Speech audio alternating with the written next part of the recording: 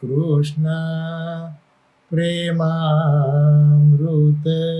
रस भरेणा तिभरिता विहारान् कुर्वाणा व्रजपति विहारा दिशु सदा प्रिया गोपी भर्तु स्फुरतु सततं वल्लभ इति प्रथावत्यस्माकं हृदि सुभग मूर्ति सकरुण श्रीमद्वृन्दावनेन्दु प्रकटित रसिकानंद संदोह रूप स्फूर्जद्रासादिलीलामृत जलधिभराक्रांत सर्वोऽपि शश्वत् तस्यैवात्मानुभाव प्रकटन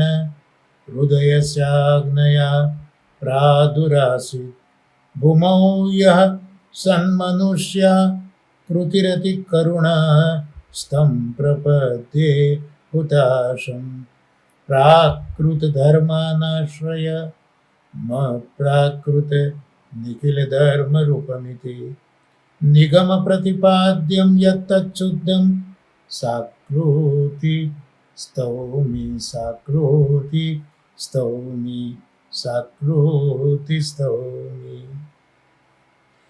આજે 6 મે 2020નો દિવસ છે જ્યારે મારું આ રેકોર્ડિંગ અત્યારના હું પ્રભુ કરાવી રહ્યા છે. તો બરોબર આ જ મે મહિનો હતો, પણ બીજી મે હતી અને 2003ની ઈસવીસન હતી, શુક્રવારનો દિવસ હતો. અને જીએનએફસીના કોર્પોરેટ બિલ્ડિંગમાં મારું વક્તવ્ય પરમ ભગવદીય જે.કે. પરીખ તેમજ ખૂબ જ લર્નેડ ફેકલ્ટી સૈની સાહેબ વગેરે જે ગુણીજનો હતા તેમણે મારું લેક્ચર રાખ્યું હતું અને વિષય હતો વિવેક ધૈર્યાશ્રય. શ્રી મહાપ્રભુજી રચિત આ ગ્રંથ હતો વિવેક ધૈર્યાશ્રય. હવે જે શ્રોતાઓ હતા એ શ્રોતાઓ મોટા ભાગના બીડીએમએના સભ્યો હતા, એટલે ભરૂચ ડિસ્ટ્રિક્ટ મેનેજમેન્ટ એસોસિએશન એના સદસ્યો હતા. થોડા વૈષ્ણવ પણ હતા, થોડા ગુણીજનો પણ હતા અને એ બધા જ લગભગ મેનેજમેન્ટ સાથે, એમના બિઝનેસની મેનેજમેન્ટ સાથે સંકળાયેલા બધા હતા. અને એ બધાની સન્મુખ મારે શ્રી મહાપ્રભુજીનો આ ગ્રંથ વિવેક ધૈર્યાશ્રય કઈ રીતે જીવનમાં ઉપયોગી છે, કઈ રીતે જીવન જીવવાની કલા છે તે મારે બતાવવાનું હતું. એટલે એ બધાની સન્નિધિમાં આ વક્તવ્ય પ્રભુએ મારી પાસે શરૂ કરાવ્યું કે મારી સામે આપ ઉપસ્થિત સૌ છો, એમાં મોટાભાગના શ્રોતાઓ તો મેનેજમેન્ટ સાથે સંકળાયેલા છો અને આપણા બધાનું જીવન જ ખરેખર તો મેનેજ કરવા જેવું છે. અને એ જીવનમાં પણ ઘણું મેનેજ કરવા જેવું છે.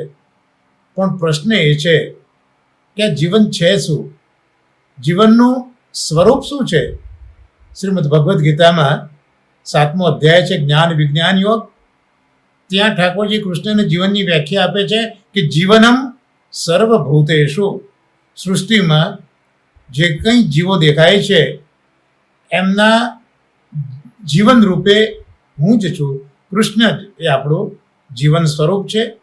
તો આપણું જીવન આવું અમૂલ્ય છે, પણ પ્રાય આપણે બધા આ જીવનને મેનેજ કરી શકતા નથી. હવે મેનેજ નથી કરી શકતા તેના કારણો પણ વ્યક્તિએ અલગ હોઈ શકે છે, ઘણા પણ હોઈ શકે છે. કારણ કે આપણે બધાએ અનેક પરિસ્થિતિમાંથી પસાર થવું પડે છે. ઘણા લોકોને સાથે લઈને આપણે જીવવું પડે છે. કુટુંબમાં અને સમાજમાં ઘણા બધા સાથે આપણો પધારો પડતો હોય છે. આપણો પોતાનો વ્યવસાય, આપણો પોતાનો શોખ, આપણું કર્તવ્ય, આપણું કુટુંબ એક બાજુ છે, તો બીજી બાજુ આ વિવિધતા અને વિચિત્રતાથી ભરેલા અન્ય લોકો જેના સંપર્કમાં એક યા બીજા કારણથી આપણે આવવું પડે છે. આપણી ઈચ્છાઓ સાથે અન્ય આ બધાની જે મુરાદો છે એ પણ સાથે જ ચાલતી હોય છે. આવી પરિસ્થિતિમાં જીવનને બેલેન્સ કરવાની મેનેજમેન્ટ એ ખૂબ દુષ્કર બની જતી હોય છે. આપણા બધાની આવી મડાગાંઠ શ્રી વેણુભાઈ પુરોહિતે એક કપલેટમાં રજૂ કરી છે કે આ તરફ એની મુરાદો, આ તરફ એની મુરાદો, મુજ ઈરાદા ઓ તરફ, મુજ ઈરાદા ઓ તરફ, બંને બોજા સહેતા સહેતા કાવડ બની ગઈ જિંદગી. હવે કાવડ શબ્દ અહીંયા વેણીભાઈ પુરોહિત મૂકે છે ત્યારે આપણને માતૃ પિતૃ ભક્તિના પર્યાય સ્વરૂપ શ્રવણ યાદ આવે. તેને કાવડના બે પલડામાં એક બાજુ એની માતાને અને એક બાજુ એના પિતાને બેસાડેલા હતા. એ બંને અંધ હતા. આપણા જીવનરૂપી કાવડમાં પણ એક પલડામાં આપણી મહેચ્છાઓ છે, જ્યારે બીજા પલડામાં આપણી સાથે સંપર્કમાં આવતા લોકો, એમની સાથે સંકળાયેલી ઈચ્છાઓ ગોઠવાયેલી છે. અને આથી જ આપણું આ જીવન કાવડ જેવું બની ગયું છે. એટલે આપણે જીવનરૂપી કાવડને બેલેન્સ કરવાની છે અને એટલે જ મેનેજ કરવું ખૂબ અઘરું બની જાય છે. શ્રી મહાપ્રભુજી, શ્રી વલ્લભાચાર્યજીએ પોતાના સેવકોને જીવન મેનેજ કરવા માટે એક ગ્રંથ શીખ્યો છે, વિવેક ધૈર્યાશ્રય. સમાજના સર્વજનો માટે તે ઉપકારક છે. વિવેક ધૈર્યાશ્રય વિશે કહેવાનું શરૂ કરું પહેલાં, આપ બધા બિઝનેસ મેનેજમેન્ટ સાથે સંકળાયેલા સુજ્ઞજનો છો, જ્ઞાનીજનો છો, તો મારે કહેવું છે કે બિઝનેસની મેનેજમેન્ટ અને એની એબીસીડી એ હું પોતે જાણતો નથી અને બિઝનેસ વિશે પણ હું ઝાઝુ જાણતો નથી. ઓક્સફર્ડ ડિક્શનરીમાં બિઝનેસની વ્યાખ્યા આપેલી છે કે the activity of making, buying, selling or supplying things for money. આ બિઝનેસની વ્યાખ્યા આપી અને તમે કમર્સ પણ કહો, તમે એને ટ્રેડ પણ કહો. હવે બિઝનેસ શબ્દને પ્રભુ કૃપાથી હું ભાગળતો હતો ત્યારે મને એના પ્રત્યેક આલ્ફાબેટમાંથી કંઈક જાણવા મળ્યું કે બી, બિઝનેસમાં બી, BUSINESS, તો બી તો બેસ્ટ, બી ફોર બેસ્ટ. વ્યવસાય નાનો હોય કે મોટો હોય, એમાં 3 વિભાગો તો હોય છે, પ્રોડક્શન, મેન્ટેનન્સ અને ક્વોલિટી કંટ્રોલ. એટલે આ વ્યવસાય, આ બિઝનેસ, એમાં પણ આ 3 પાસાઓ બેસ્ટ એટલે શ્રેષ્ઠ હોવા જોઈએ. બીજું યુ એટલે અપડેટ. વ્યવસાયમાં છેલ્લામાં છેલ્લી ઢબની ટેકનિક, એને લગતી યંત્ર સામગ્રી, છેલ્લામાં છેલ્લી તે વિશે માહિતી આપણી પાસે હોવી જોઈએ. એસ એટલે સેરેનિટી. સેરેનિટી એટલે ગાંભીર્ય. તો વ્યવસાય કરવા માટેનું જે ગાંભીર્ય છે એ આપણા માટે બહુ જરૂરી છે, કારણ કે ગાંભીર્યથી કઈ વસ્તુ આપણે નથી બદલી શકતા તેની સમજ આપણને મળે છે. કારણ કે વ્યવસાય એ નાના છોકરાઓનો ખેલ તો નથી જ. ત્યાર પછી આઈ એટલે ઇન્ટેલિજન્સ. કુશાગ્ર બુદ્ધિની પણ જરૂર આમાં છે. ભલે વ્યવહારુ હોય પણ બુદ્ધિ તો સદ હોવી જ જોઈએ. એન એટલે નોબલ. આપણા ડીલિંગમાં ખાનદાની હોવી જોઈએ. ગમે તેવી વિકટ પરિસ્થિતિ હોય પણ પ્રમાણિકતાને આપણે વળગી રહેવું બહુ જરૂરી હોય છે. ઈ એટલે ઇફેક્ટિવનેસ. વ્યવસાયમાં ઇફેક્ટિવનેસ હોય તો જ હકારાત્મક પરિણામ મળે છે. પીટર ડ્રકર, આપ તો બધા બિઝનેસના જાણકારો છો, એ બિઝનેસ ગુરુ છે પીટર ડ્રકર. એણે પોતાની બુકમાં લખ્યું છે કે intelligence, imagination and knowledge, they are essential resources, but only effectiveness converts them into result. Effectiveness હોવી એ પણ બહુ જરૂરી છે. અને છેલ્લા જે 2 બિઝનેસના એસ છે એ સ્ટાન્ડર્ડ્સ એનું સૂચન કરે છે કે ઉપર બતાવેલા ધોરણો બિઝનેસમાં હોવા જ જોઈએ, તો જ બિઝનેસ સરળતાથી મેનેજ થાય. જો કે આ બધી ડાઈ વાતો હું આપને કરું છું કારણ કે હું બિઝનેસ કે તેની મેનેજમેન્ટ સાથે સંકળાયેલો નથી. હું સમજુ છું કે સાંપ્રત કાળમાં બિઝનેસ કરવો બહુ અઘરો છે. એટલે મારી હાલત હાલમાં પેલા બાલ મનોવૈજ્ઞાનિક જેવી છે કે એક બાલ મનોવૈજ્ઞાનિક હતો, કુમારો હતો. એણે બાલ ઉછેર માટે 6 ફોર્મ્યુલા જગતને આપેલી હતી. એના પર ખૂબ ગહન વિચારનો પરિપાક એણે રજૂ કર્યો હતો. પણ એ જે બેચલર હતો એનો થોડા સમય પછી લગ્ન થયા. લગ્ન પછી એને ત્યાં 6 બાળકો થયા. એ 6 બાળકો થયા પછી એણે નોંધ્યું છે નોંધપોથીમાં કે લગ્ન પહેલા મારી પાસે બાળક ઉછેરની 6 ફોર્મ્યુલા હતી, પણ આજે લગ્ન પછી મારી પાસે 6 બાળકો છે અને એક પણ ફોર્મ્યુલા મારી પાસે નથી. બસ મારી હાલત અત્યારના બિઝનેસ વગરનો છું, માટે આ પ્રકારની થઈ છે.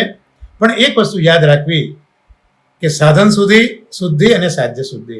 મહાત્મા ગાંધી જેને આજે વિશ્વ પૂજે છે, તો એ મહાત્મા ગાંધી સાધન શુદ્ધિ અને સાધ્ય શુદ્ધિનો આગ્રહ સેવતા. એમ આ બિઝનેસનું જ્યારે આપણે પ્રકાર લઈએ છીએ ત્યારે સાધન શુદ્ધિ અને સાધ્ય શુદ્ધિ પણ આપણે યાદ તો રાખવા જોઈએ. આપણે જે સમાજમાં છીએ, જે જનોના રોજ સંપર્કમાં આવીએ છીએ, તે પણ બેઝિકલી 3 પ્રકારના છે. આપણે સમજી લેવું પડશે. જીવનને જો બેલેન્સ કરવું હશે તો કયા પ્રકારના વ્યક્તિઓના સંપર્કમાં આપણે આવીએ છીએ તે પણ સમજવું પડશે. શ્રી મહાપ્રભુજીના દ્રષ્ટિકોણથી તો મહાપ્રભુજી સમજાવે છે કે કેટલાક જીવો બિંદાસ હોય છે, બસ એમને શાસ્ત્રના સિદ્ધાંતો કે સંતોની શીખમાં કોઈ જ રસ હોતો નથી. ખૂબ જ સ્વકેન્દ્રીય આ લોકો હોય છે અને પોતાના થોડાક લાભ માટે મહદ લોકોનું અનેક ગણું નુકસાન થાય તે પણ તે લોકો નજરઅંદાજ કરતા હોય છે. દેવું કરીને ઘી પીવામાં માનનાર આ લોકો સ્વચ્છંદી બની જતા હોય છે અને પોતાના આ જીવનને, જે જીવન વસ્તુતઃ ઠાકોરજી જ છે, કૃષ્ણ છે, એવા આ જીવનને એ લોકો વન જેવું બનાવે છે. હવે વનમાં તો કેડી ના હોય, રસ્તો ના હોય, અંધકાર હોય, રાની પશુનો ભય હોય. આવા વન જેવું જીવન હોય એમનું લક્ષ્ય કોઈ હોતું નથી. મહાપ્રભુજી જીવોની આ પ્રકારની સૃષ્ટિને પ્રવાહી સૃષ્ટિ તરીકે ઓળખે છે કે એક નદીનો પ્રચંડ પ્રવાહ હોય, એમાં તણકરૂપ કેવું ઘસડાતું જાય, એનું ડેસ્ટિનેશન નથી હોતું. એમાં પ્રવાહી જીવો, આપણે જેના સંપર્કમાં આવી શકીએ જેવા પ્રવાહી જીવો પણ કાલ પ્રવાહમાં તણાતા હોય છે. બીજો વર્ગ છે, એ પણ જીવન તો જીવે છે અને શાસ્ત્રોની આજ્ઞા મુજબ જીવે છે, સંતોની શિખામણ મુજબ જીવે છે. એટલે એ લોકો પ્રવાહી જીવો કરતા તો સારા છે જ, પણ આ બધાનો મકસદ છે, એમને કંઈક લેવું છે, કંઈક અપેક્ષા છે. એટલે ક્યાં તો એમને આ બધું કરીને સ્વર્ગ લેવું છે, ક્યાં મોક્ષ લેવો છે. આમ એ લોકો શાસ્ત્રોની મર્યાદાથી જીવન જીવે છે, પણ સાથે સાથે એમને કંઈક મેળવવું છે. એટલે એમનું વન નો ડાઉટ હવે જંગલ નથી રહેતું, પણ હવે એમનું વન, એમનું જીવન એ તપોવન બની જતું હોય છે. અને ત્રીજો એક પ્રકાર મહાપ્રભુજી બતાવે છે કે જે જીવો સંતોની શિખામણ માને છે, શાસ્ત્રોની આજ્ઞાનું પાલન કરે છે, પણ આ જીવોના કેન્દ્રમાં કૃષ્ણ હોય છે. મર્યાદાના શાસ્ત્રો પ્રમાણે જીવન જીવીને, એક ચોક્કસ મર્યાદા જીવીને એમને પોતાને કશું જ મેળવવું હોતું નથી. એમના જીવનનું કેન્દ્ર તો કૃષ્ણ હોય છે. કૃષ્ણ માટે જ એ લોકો જીવન જીવતા હોય છે. જે કંઈ કાર્ય જીવનમાં એ લોકો કરે છે, જાગવાથી માંડીને સુવા સુધીના કોઈ પણ કાર્યો એમના વ્યવસાયમાં કે એમના જીવનમાં એ લોકો જે કરતા હોય છે, એના કેન્દ્રમાં માત્ર કૃષ્ણ ને કૃષ્ણ જ હોય છે. આવા જીવોને મહાપ્રભુજી પુષ્ટિ જીવો તરીકે ઓળખાવે છે. અને આવા જે જીવો છે એમનું જીવન એ વન નથી રહેતું, એમનું જીવન ઉપવન પણ નથી રહેતું, પણ એમનું જીવન વૃંદાવન અને મધુવન બની જાય છે. એટલે મહાપ્રભુજીના સેવક તરીકે આપણે જે જીવન છે એ વૃંદાવન અને મધુવન બનાવવાનું છે. અને એનો રસ્તો મહાપ્રભુજી આપણને વિવેક ધૈર્યાશ્રયમાં બતાવે છે. કૃષ્ણ સેવા કરો, કૃષ્ણ કથા કરો, આપશ્રીની આજ્ઞા જે છે કૃષ્ણ સેવા સદા કાર્યા. સિદ્ધાંત મુક્તાવલીમાં કહ્યું છે કૃષ્ણ સેવા કરવી જ જોઈએ સર્વદા. સર્વભાવેને ભજનીયો વ્રજાધિપ સ્વસ્યાય મેવ ધર્મો હિ નાન્ય ક્વાપી કદાચન. સદાય સર્વભાવથી પ્રજાધીપની સેવા કરવી જોઈએ. આપણો તો ધર્મ એ જ છે. આનાથી જુદો ધર્મ ક્યારેય હોઈ ન શકે. શ્રી મહાપ્રભુજીએ ગૃહસ્થાશ્રમના પાલનની પણ આજ્ઞા તો કરી જ છે. ઘરમાં રહીને ઉપર બતાવેલા સ્વધર્મનું પાલન કરવું જ જોઈએ. ઘરના કાર્યો, વ્યવહાર અને વ્યવસાયના કાર્યો પણ કરવા જોઈએ. પણ સ્વધર્મ, કૃષ્ણ સેવા તથા કૃષ્ણ કથા એને મુખ્ય રાખીને આ બધા વ્યવહાર અને વ્યવસાયના કાર્યો થવા જોઈએ. આ રીતે કૃષ્ણ સેવા અને કથામાં આસક્તિ રાખીને જીવન જીવીએ તો આપણો નાશ થતો નથી. મહાપ્રભુજી એ જ આજ્ઞા કરે છે કે સેવાયામ વા કથાયામ વા યસ્યા શક્તિર દૃઢા ભવે યાવત જીવમ તસ્ય નાશો ન ક્વાપીતિ. મતિર્મમાં મહાપ્રભુજી પોતાના સેવકો માટે આજ્ઞા કરે છે કે જીવન મધુવન બનાવવું છે, જીવન વૃંદાવન બનાવવું છે, જીવન કૃષ્ણ માટે જ સમર્પિત કરવું છે તો અંતઃકરણની શુદ્ધતા હોવી ખૂબ જરૂરી છે. મહાપ્રભુજી પોતાના સેવકોને અંતઃકરણની શુદ્ધતા માટેનો આગ્રહ સેવે છે. અને અંતઃકરણની શુદ્ધતા આવશે કઈ રીતે? તો એ શુદ્ધતા જીવનમાં વિવેક, ધૈર્ય અને આશ્રયથી આવશે. આમ વિવેક, ધૈર્ય, આશ્રય એ જીવન જીવવાની એક કલા છે. હવે અંતઃકરણને પણ આપણે થોડુંક સમજી લેવું પડશે, કારણ કે અંતઃકરણ શુદ્ધ હોવું જરૂરી છે. અંતઃકરણ, અંતઃકરણ, કરણ એટલે સાધનો. તો આપણે જે ઇન્દ્રિયો છે, આપણી બધી 5 કર્મેન્દ્રિયો, 5 જ્ઞાનેન્દ્રિયો, આ બધી જે ઇન્દ્રિયો છે એ બધા આપણા સાધન કહેવાય, કારણ કે એના દ્વારા આપણે કાર્ય કરીએ છીએ. તો આ ઇન્દ્રિયો એ સાધન છે, જે કરણ છે. અને અંતઃ એટલે અંદરનું, બહારથી ન દેખાય પણ અંદરથી દેખાય. હાથ, પગ વગેરે જે કર્મેન્દ્રિયો છે તે આપણે જોઈ શકીએ છીએ, પણ અંદરમાં જે ઇન્દ્રિયો આપી છે, જે 4 પ્રકારની છે, મન, બુદ્ધિ, ચિત્ત, અહંકાર, તે આપણે જોઈ શકતા નથી. પ્રાય અત્યારે આપણે બધા મનની અંદર જ આ બધી વસ્તુઓને સમન્વિત કરીએ છીએ. તો આ અંદર જે દેખાતી નથી તે ઇન્દ્રિયોને અંતઃકરણ કહેવામાં આવે છે. હવે બહુ જ ટૂંકમાં આપણે આ મન, ચિત્ત, બુદ્ધિ અને અહંકારનું કાર્ય બહુ ટૂંકમાં સમજી લઈએ. કારણ કે મન છે એટલે તો આપણે માનવ કહેવાયા છીએ. હવે આ જે મન છે એના માટે તો કહ્યું કે મને એવ મનુષ્યાણામ કારણમ બંધ મોક્ષ. ઠાકોરજી કહે છે તો બંધન કે મોક્ષ એનું કારણ મન જ છે. આ મન માનવીને ઇન્દ્ર જેવો ઉન્નત બનાવી શકે છે અને શ્વાન જેવો અધમ પણ બનાવી શકે છે. પણ આ મનનું કાર્ય મુખ્ય રીતે વિવિધ ઈચ્છાઓ કરવાનું છે. તો આપણી અંદર અંતઃકરણમાં રહેલું એક આ તત્વ મન, જે આપણને ઉપર પણ લઈ જાય કે નીચે પણ પછાડે, તો એ મનનું કાર્ય વિવિધ ઈચ્છાઓ કરવાનું છે. બીજું અંગ છે ચિત્ત. તો હવે ચિત્તનું કામ શું છે? તો ચિત્તનું કામ સંકલ્પ અને વિકલ્પ કરવાનું છે. કારણ કે મનમાં તો અનેક ઈચ્છાઓ ઉદ્ભવે છે. તો એ ઈચ્છાઓ છે એને સ્વીકારવી તે સંકલ્પ, અને ઈચ્છાઓને ન સ્વીકારવી આનું નામ વિકલ્પ. તો ચિત્ત છે એ સંકલ્પ અને વિકલ્પ કરવાનું કાર્ય કરે છે. કારણ કે ધર્મથી જીવવું તે સંકલ્પ છે અને અધર્મ આચરવો તે વિકલ્પ છે. એટલે ચિત્તમાં આ સંકલ્પ વિકલ્પનો સંઘર્ષ ચાલ્યા જ કરે છે. જેમ કલાપીએ કહ્યું છે કે ત્યાગ અને રાગની વચ્ચે ચિત્ત એનું ઝૂરતું હતું. તો આમ સંકલ્પ અને વિકલ્પનો સંઘર્ષ સતત આપણા ચિત્તમાં ચાલતો જ હોય છે. હવે બુદ્ધિ, તો બુદ્ધિ શું કરે છે? તો ચિત્તે સંકલ્પ અને વિકલ્પ કર્યો, ધર્મથી સંકલ્પ થાય, અધર્મથી વિકલ્પ થાય, આપણે જોયું. તો બુદ્ધિ જે છે એ સંકલ્પ અને વિકલ્પમાંથી શું પસંદ કરવું તેનો નિર્ણય આ બુદ્ધિ કરે છે. એટલે નિર્ણય શક્તિ જે છે મનુષ્યની, એ આપણામાં રહેલી બુદ્ધિનો પરિપાક છે. સંકલ્પ કરનારી બુદ્ધિ સદબુદ્ધિ છે અને વિકલ્પ કરનારી બુદ્ધિ એ કુબુદ્ધિ છે.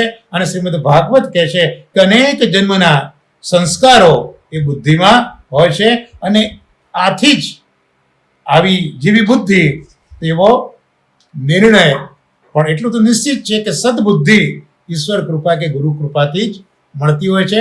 અને હવે ચોથું ફેક્ટર અંતઃકરણનું તે અહંકાર.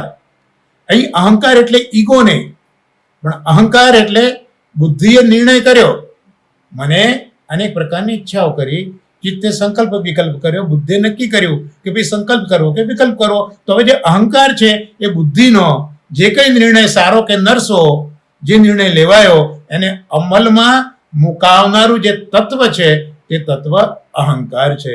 આ અહંકાર બુદ્ધિએ લીધેલા નિર્ણયને ઇન્દ્રિયો પાસે કાર્યાન્વિત કરાવે છે અને માટે આપણી આ ઇન્દ્રિયો અહંકારને તાબે થઈ જાય છે. તો બસ આટલી નાની વાત મારે આપને કરવી હતી કે અંતઃકરણની પવિત્રતા હોવી આપણા માટે ખૂબ જરૂરી છે. અને એટલા માટે કે સામાન્ય રીતે માનવ, એને પણ પશુ કહ્યો છે, પણ અન્ય પશુઓ કરતાં આપણે કંઈક જુદા છીએ. એના માટે એક સુભાષિત બતાવ્યો છે કે માનવી એ અન્ય પશુ કરતાં દૂર કઈ રીતે પડે છે, તો એને જુદા પાડવાનું માત્ર ને માત્ર લક્ષણ છે ધર્મ. એટલે સુભાષિતમાં કહ્યું કે આહાર નિદ્રા ભય મૈથુનમ ચ સામાન્ય મેતત પશુભીર નરાણામ ધર્મો હિ તેષામ ત્યધિકો વિશેષ ધર્મેણ હીના પશુભી સમાના. તો આહાર નિદ્રા ભય મૈથુન તો પશુઓમાં પણ છે, મનુષ્યોમાં પણ છે, પણ મનુષ્યમાં ધર્મ અધિક છે. એટલે જો ધર્મ વગરનો મનુષ્ય હોય તો એ પછી પશુ છે. આ ધર્મ એ વાતોનો વિષય નથી, ધર્મ એ તો આચરણનો વિષય છે. અને આ આચરણ માટે નિષ્ઠા જોઈએ. અને આવી જ નિષ્ઠાવાળા સતત અભ્યાસથી આપણો વિવેક, ધૈર્ય અને આશ્રય એ સિદ્ધ કરવો જોઈએ. નિષ્ઠા એટલે જ નિતરામ સ્થિતિ. પ્રતિકૂળ પરિસ્થિતિ હોય એમાં પણ આપણો વિવેક, ધૈર્ય, આશ્રય તો ટકી રહેવો જોઈએ. નિષ્ઠા એટલે તો જબરજસ્ત નિષ્ઠા કહેવાય. ગંગા સતી થઈ ગયા, એક સતી થઈ ગયા સૌરાષ્ટ્રમાં. એ પોતાની વહુને કહે છે કે મેરું તો ડગે જેના મન ન ડગે પાનબાઈ. કે ગમે તેવી વિપત્તિ આવે, મુશ્કેલી આવે, પર્વતો હાલી જાય મોટા ધરતીકંપમાં, પણ નિષ્ઠા તો એ છે કે ગમે તેવી પ્રતિકૂળ પરિસ્થિતિમાં પણ મનને ચડવા દેતું નથી. અને આવું મન ક્યારે બને તો વિવેક, ધૈર્યાશ્રયથી બનતું હોય છે. તો હવે આપણે આપણા જીવનને વૃંદાવન, મધુવનમાં પરિવર્તિત કરવું છે. તો મહાપુરુષજીએ વિવેક, ધૈર્ય, આશ્રય જે શીખવાડ્યા એ પૈકી આજે વિવેક અને જીવન એનો આપણે વિચાર કરીશું. વિવેકના અર્થો તો ઘણા છે. સામાન્ય વ્યક્તિ સાથે આપણે વ્યવસ્થિત વ્યવહાર કરીએ તેને લૌકિકમાં વિવેક કહેવાય. આપણા ધંધા રોજગારમાં, નોકરીઓમાં અનેક માણસો સાથે આપણે ઇન્ટરેક્શન થતું હોય તેમાં આપણે વ્યવસ્થિત વ્યવહાર કરીએ ત્યારે લૌકિકમાં એને વિવેક કહેવાય. એટલે વાતચીત અને વ્યવહાર કુશળ વ્યક્તિઓ તો ઘણી જોવા મળે જ છે. કલ્યાણજીભાઈનો એક પ્રસંગ યાદ આવ્યો કે કલ્યાણજીભાઈએ આ બહુ જ વ્યવહારી વિવેકની વાત એમણે કરી હતી. એક વખત એમની પાસે એક ફિલ્મના ડાયરેક્ટર આવ્યા અને કીધું કે કલ્યાણજીભાઈ, બહુ સરસ મ્યુઝિક મને બનાવો એટલે મારું ચલચિત્ર ખૂબ સુંદર ચાલે. કલ્યાણજીભાઈનો તો આમે સ્વભાવ બહુ વીટી એટલે હસ્યા અને પેલા ડાયરેક્ટરને કીધું, ભાઈ તારે મ્યુઝિક કેવું જોઈએ છે? તારે મ્યુઝિક એલોપેથી જોઈએ છે, આયુર્વેદિક જોઈએ છે કે હોમિયોપેથી જોઈએ છે? એટલે પેલા જે પ્રોડ્યુસર ડાયરેક્ટર હતા એ તો વિચારમાં પડ્યા કે કલ્યાણજીભાઈ સમજાવો, આપ કહેવા શું માગો છો? તો કલ્યાણજીભાઈ પોતાની આગવી અદાથી કહ્યું કે જો ભાઈ, જે એલોપેથી મ્યુઝિક છે એ જેવું માર્કેટમાં મુકાશે એવું ફટાફટ ચાલશે, પછી ખબર નહીં એની શું અસર થાય. પછી બીજું મ્યુઝિકનો પ્રકાર છે એ આયુર્વેદિક છે. તો એ માર્કેટમાં આવે પણ ધીરે ધીરે ધીરે ધીરે કરતા અસર કરે. ક્યારે અસર કરે, કેટલી અસર કરે તે ખબર ન પડે. હવે પેલા ડાયરેક્ટરથી રેવાવીને પૂછી બેઠો કે તો પછી હોમિયોપેથી મ્યુઝિક શું છે? એટલે કલ્યાણજીભાઈ હસ્તાસ્તે કહ્યું કે એ મ્યુઝિક એવું છે જે ચાલે પણ ખરું અને ન પણ ચાલે, કશું નક્કી ન કહેવાય. તો આ જે વ્યવહાર વિવેક છે એના દ્રષ્ટાંતથી હું સમજાવવા માંગુ છું કે આવો વ્યવહારનો વિવેક ઘણામાં હોય છે. આ તો વ્યવહારનો વિવેક. બીજો વિવેકનો અર્થશાસ્ત્રે બતાવ્યો સંસ્કાર અને ચારિત્ર્ય. તો આ સંસ્કાર એ ચારિત્ર્ય સાથે સંકળાયેલા છે. ઘણા લોકો સાથે આપણે સંબંધો તો રાખવા જ પડે છે. વ્યવહાર વ્યવસાયમાં, બિઝનેસમાં સંબંધો રાખીએ છીએ, પણ ઘરોબો કોની સાથે કેળવીએ છે? સંબંધ રાખો એ વસ્તુ અલગ છે, પણ ગરોવો ઘર સુધી તમને એને બોલાવો એવા તો બહુ ઓછા વ્યક્તિઓ છે. આપણે હંમેશા સંસ્કારી અને ચારિત્રવાળા જે વ્યક્તિઓ છે તેની સાથે જ ગરોવો કેળવતા હોઈએ છીએ. તો આ થયો વિવેકનો બીજો અર્થ. ત્રીજો અર્થ થયો વિવેકનો. શાસ્ત્રોએ નિત્ય અને અનિત્ય વસ્તુ બતાવી છે કે દેહ છે એ અનિત્ય છે, આત્મા છે આ નિત્ય છે. તો કઈ વસ્તુ નિત્ય છે, કઈ અનિત્ય વસ્તુ છે એ સમજવી, એને નિરક્ષીર વિવેક કહેવાય. એમ કહેવાય કે હંસ હોય એ દૂધ અને પાણીમાંથી દૂધને છૂટું પાડતું હોય છે. આ નિરક્ષીર વિવેક એને પણ શાસ્ત્રો વિવેક તરીકે ઓળખાવે છે. શબ્દકોશ પ્રમાણે વિવેકનો એક અર્થ થાય છે એકાંત, વિવેકનો એક અર્થ થાય છે પાણીનું પાત્ર, અને વિવેકનો એક અર્થ થાય છે વિચાર. તો આ 6 પ્રકારના અર્થ વિવેક શબ્દ સાથે સંકળાયેલા છે. આ બધા અર્થોમાં મહાપ્રભુજી વિવેકનો અર્થ વિચાર તરીકે સ્વીકાર કરે છે. અને જ્યારે વિચારની વાત થાય ત્યારે બધા વિચારો એ વિવેક ન થઈ શકે, પણ ઉન્નત વિચારો, એના માટે અહીંયા વિવેક શબ્દ ઉપયોગમાં શ્રી મહાપ્રભુજી મૂકે છે. શ્રી મહાપ્રભુજીએ બતાવેલા સિદ્ધાંતોનું આચરણ કરતા કરતા પ્રભુમય થઈ જવાય એવા જે વિચારો, તેનું નામ વિવેક. કોઈ પણ પ્રકારે મન પ્રભુમાં લાગે આવા જે વિચારો આવે તેનું નામ વિવેક. આમ વિવેક તે વૈચારિક સભ્યતા અને સંસ્કારોનું રૂપ છે. સદવિચારોનું ઘડતર એ વિવેક છે. આવો આ વિવેક બુદ્ધિ સાથે અને જ્ઞાન સાથે સંકળાયેલો છે. જે વિવેકની વાત કરી એનો સીધો સંબંધ બુદ્ધિ અને જ્ઞાન સાથે છે.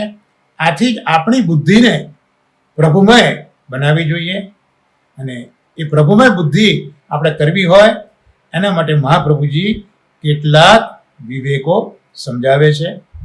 ઉપનિષદ કાળમાં પણ ઋષિઓ કહેતા આનો ભદ્રા કર્તવ્યંતુ સર્વતઃ, ચારે બાજુથી અમને સારા વિચારો પ્રાપ્ત થાવ. હવે આ વિવેક શબ્દ એ સંસ્કૃત ડિક્શનરી પ્રમાણે એ વિવેક શબ્દ કઈ રીતે બન્યો તે જો આપણે વધારે સમજીએ તો વધારે સ્પષ્ટ થશે કે વિવેક છે એમાં વિગતમ વમ સુખમ યસ્માત ઇતિ વિવમ. વિવેકમાં એક તો વિવમ છે ને પછી કમ છે. તો વિગતમ વ સુખમ યસ્માત વિવમ, એને વિવમ કહેવાય. અને તસ્મિન વિવેકમ એટલે તે વિવેક, પણ એમાં સુખમ યેન સ વિવેક, પણ જેમાં સુખ નથી દેખાતું એમાં પણ સુખને શોધવું એનું નામ વિવેક. જેમાં સુખ અને આનંદનો અનુભવ નથી, તિરોહિત થઈ ગયો છે, તેમાં પણ જે પોતાની બુદ્ધિથી પોતાની સમજથી નિર્ણય કરીને વિચારથી સુખ અને આનંદનો અનુભવ કરે, એમાં પણ સુખ આનંદને વિચારે, તેનું નામ વિવેક કહેવાય.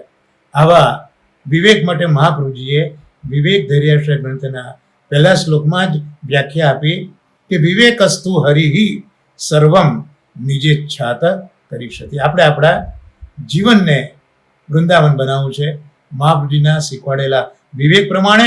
તો આપણે જોઈએ મહાપ્રભુજી વિવેક માટે શું કહી રહ્યા છે કે વિવેકસ્તુ હરિહિ સર્વમ નિજેચ્છાત કરીષ્યતિ. વિવેક તો એ છે કે હરિ સર્વ પોતાની ઈચ્છાથી જ કરી રહ્યા છે. એના પર આપણે થોડો વિચાર કરીએ તો જીવનની હર પળ વ્યવહાર અને વ્યવસાય એમાં વિવેક, ધૈર્ય અને આશ્રયને રક્ષવા જોઈએ. વિવેક કયો?